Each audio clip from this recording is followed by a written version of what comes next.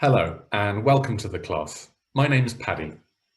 Today, we're going to be talking about part one of the speaking test.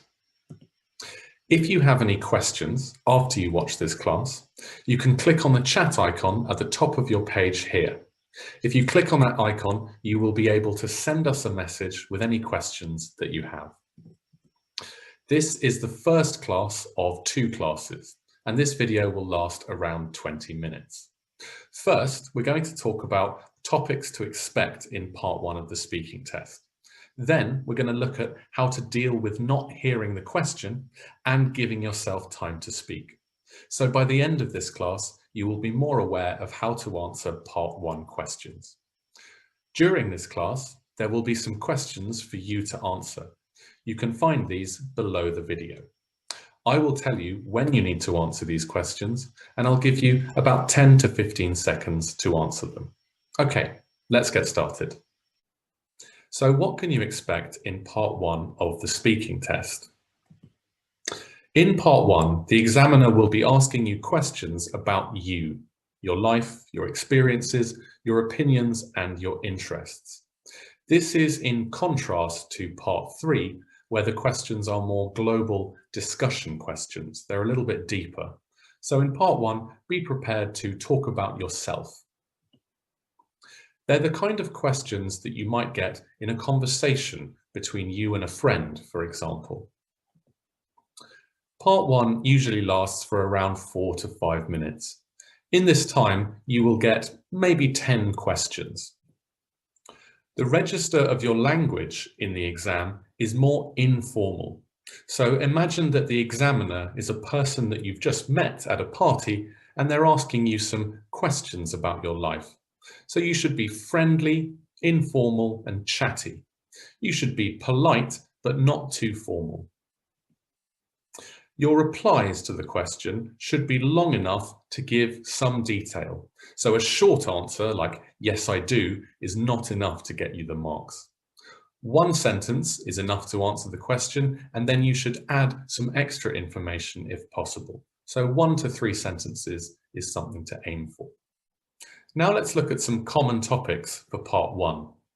Part 1 will usually start with some questions about your current life. So are you studying? Are you working? What's your job? What do you study? So you should be prepared for those questions specifically.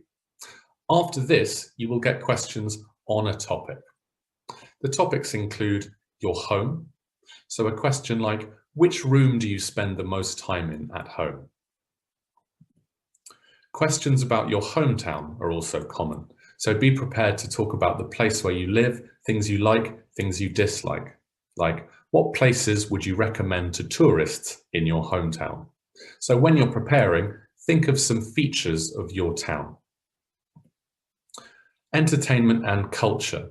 This includes things like books, movies, and TV shows. For example, do you think music is important? This is an opinion question, and you can give a more global answer, but keep it personal as well. Talk about your own feelings about music. The internet is an increasingly common topic. For example, how often do you go online? Do you use social media? Sport and exercise. So in this area, we might get questions like, what is the most popular sport in your country? What do you do to keep fit? Do you do any activities? Do you have any sporting hobbies? Food is another topic that people love to talk about, and you can expect this in part 1 as well. So questions like, do you often eat fast food? What are some local dishes from your culture's cuisine? Work or studies. So they might ask you about your studies in particular. Why did you choose to study engineering, for example? What do you like about your job? Again, these are typical conversation questions you might get from anybody you meet. Shopping is another one. Do you ever buy anything online? How often do you go shopping? What are your habits? What are your routines? Family and friends. So what kind of things do you do together as a family? They might ask you about your family or who you're friends with. Health and lifestyle. So they might talk about your diet, how often you exercise, things like this. Remember, all of these questions you can talk about globally, but you need to bring it back to yourself when you're speaking. Now I'm going to show you some questions. I'd like you to think about whether these are part 1 questions or not. A. How do you usually spend your evenings during the week? B. What steps can we take to reduce our CO2 emissions? C. What is the capital city of Australia? D. Is it better to grow up in the city or the countryside? E. Who are you closest to in your family? F. Does TV have a harmful influence on children? G. How are you doing? And H. Do you work or study? Look at the first question below this video and decide which of these are part 1 questions. There are 4 correct options.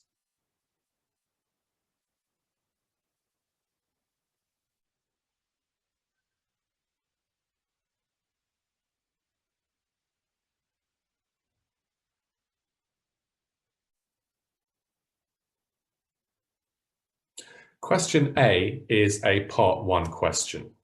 How do you usually spend your evenings during the week? During the week, I usually spend my evenings watching TV or playing video games. Sometimes I see my friends, but I don't usually stay out very late. See, a short answer with a few extra questions. It's about me, my life, and my routines. B, what steps can we take to reduce our CO2 emissions? This is more of a part 3 question. It's about global advice for combating climate change. It's a much bigger topic than you would expect in part 1. C, what is the capital city of Australia? You would never see a question like this in the speaking exam. They're not going to test your knowledge. They're going to be asking open, opinion-based questions. D, is it better to grow up in the city or countryside? This is a kind of question you might get in part 1. It's a global question, but you can personalize it. For example, I think it's better to grow up in the city because I really enjoy being close to things like cinemas and shops. The countryside is great, but it can be a little bit boring. My answer is very personal. I'm not talking globally. E, who are you closest to in your family? This is a part 1 answer. It's talking about you and your family. For example, I'm probably closest to my brother. I think we're pretty similar and we both have the same interests. He taught me a lot about music. That's an example answer. F, does TV have a harmful influence on children? This is an opinion question, but it's much more global. You're not going to relate it to yourself so much, so it's more of a part 3 answer. G, how are you doing? This is something you might say to your friends, but the examiner is probably not going to ask you this question. I imagine the answer would always be, I'm a little bit nervous right now. H is a question you would get at the start of part 1. They will almost always ask you this. So for example, I work, I'm a teacher. I've been teaching for about 10 years now.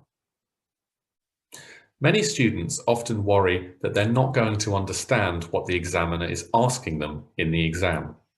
Now, part 1 questions are usually quite simple and quite common. If you prepare before the exam by thinking of some topics and predicting those questions, you should be pretty well prepared and have a good idea of what to expect. You generally won't face any surprises. But when the examiner does ask you a question, you don't have to answer that second. It's okay to take a little bit of time, prepare yourself, and then give an answer. A pause of a few seconds is absolutely fine. A long hesitation will affect your mark, however. It's also okay to ask for repetition. If you didn't understand the question or if you didn't hear the question, it's okay to ask the examiner to ask it again. It's good to have some phrases and expressions so that you're prepared to do this. Here are 4 possible phrases you could use to ask the examiner to repeat themselves. Which of these is not good to use in the exam? Look at the next question below this video and choose the option which is not good to use in the speaking exam.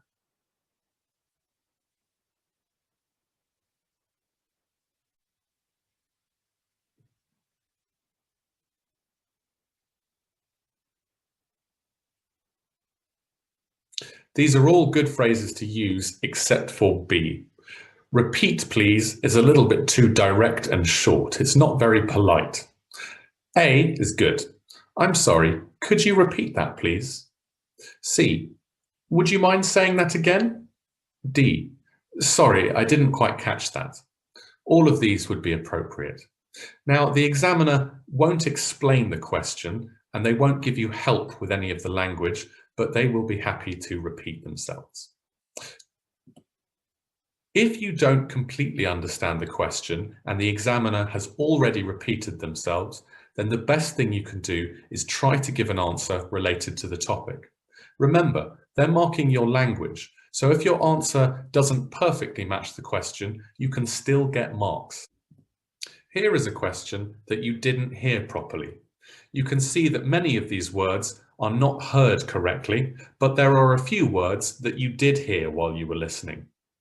If you get a question like this, where you don't understand everything, you should try to give an answer.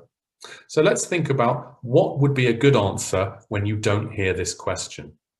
Look at the next question below this video. There are 4 options for how you could answer this question. 1, say what you do to keep fit and healthy. 2, talk about the sports you did when you were at school. 3, describe the food you eat every day. And 4, say why you think eating healthily is more important than doing exercise. So from the words in this misheard question, what do you think would be a good thing to say in response? Choose the correct option.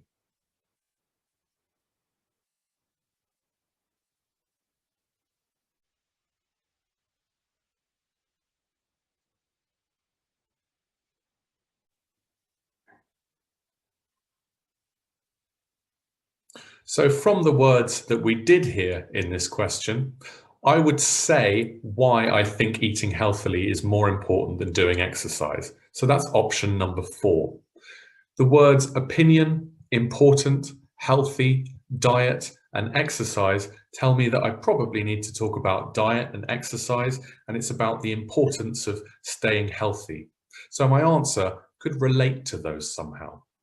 In this case, the question was, in your opinion, which is more important for staying healthy, a good diet or regular exercise? So if your answer connects to that in some way, then it's still a good answer. Saying nothing cannot get you any marks, so saying something is always better than saying nothing. If you prepare for the exam by practicing common questions, you shouldn't be surprised by any of the questions in part 1. But sometimes they will ask you a question that maybe you've never thought about before, and you need a little bit of time to think of some points to make in response to the question. It's good to learn some phrases to give yourself time to introduce your answer.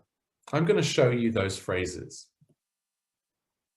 A, that's an interesting question. B, I would say that. C, let me think for a second. D, E, I don't really know. F, I'm not entirely sure, but G, what I would say is H, it depends on. 2 of these phrases are not so good to use in your answer. Look at the next question below this video and choose the 2 options which you should not use to give yourself time to think.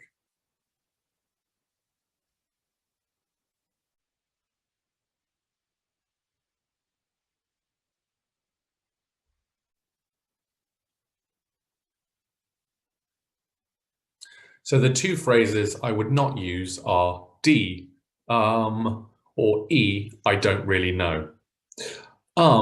Is a little bit of a long hesitation.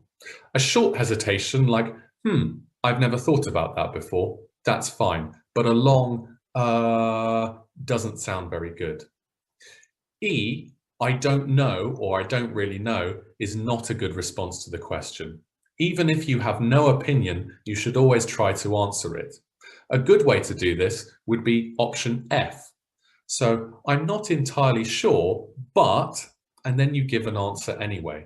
Remember, the examiner is not marking you on the actual content of your answers. They don't care about your opinion, they just care about the quality of English you use to express that opinion. As well as these phrases, we can also use some filler phrases to start your answer. So, well, I suppose, we can use these to give ourselves a little bit of extra time. Let's look at some examples of how we can do that. So the examiner asks us, are there a lot of things for young people to do in your hometown? Now, I've never really thought about this question before.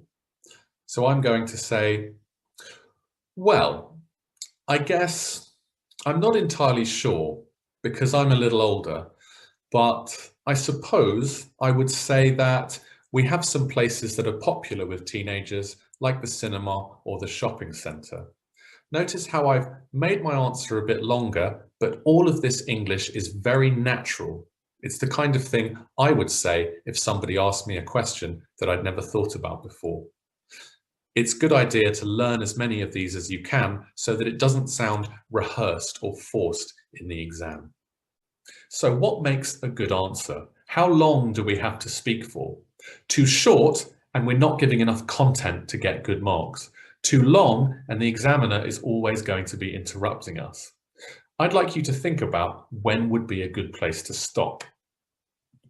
Here's an example question. The examiner asks us, are you into cooking at all? So, do you like cooking? And I'm going to say no. Now, this is not enough, so we need to extend our answer. I'd like you to think about how far should we extend our answer. Look at the next question below this video. When I finish my answer, I would like you to decide the 2 possible correct places to stop speaking. So when I finish my answer, choose the 2 correct options. No, I'm not a big fan of cooking in general, as I find it boring having to spend so much time chopping vegetables and things like that. I prefer eating out at restaurants, even though it's a bit more expensive. Also, my husband is a very good cook.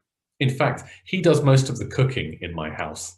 I tried to learn from him, but I found it frustrating. What I find difficult is following the recipe and not burning the food. Now, choose the 2 correct options.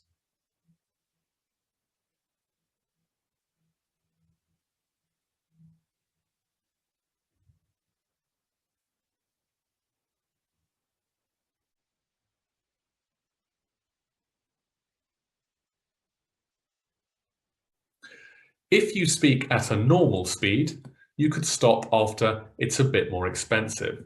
So here I have answered the question, I've given a reason for my answer, and I've given a comparison. So I prefer restaurants. This is absolutely fine for an answer. Maybe if you speak a little bit faster, you could add more information.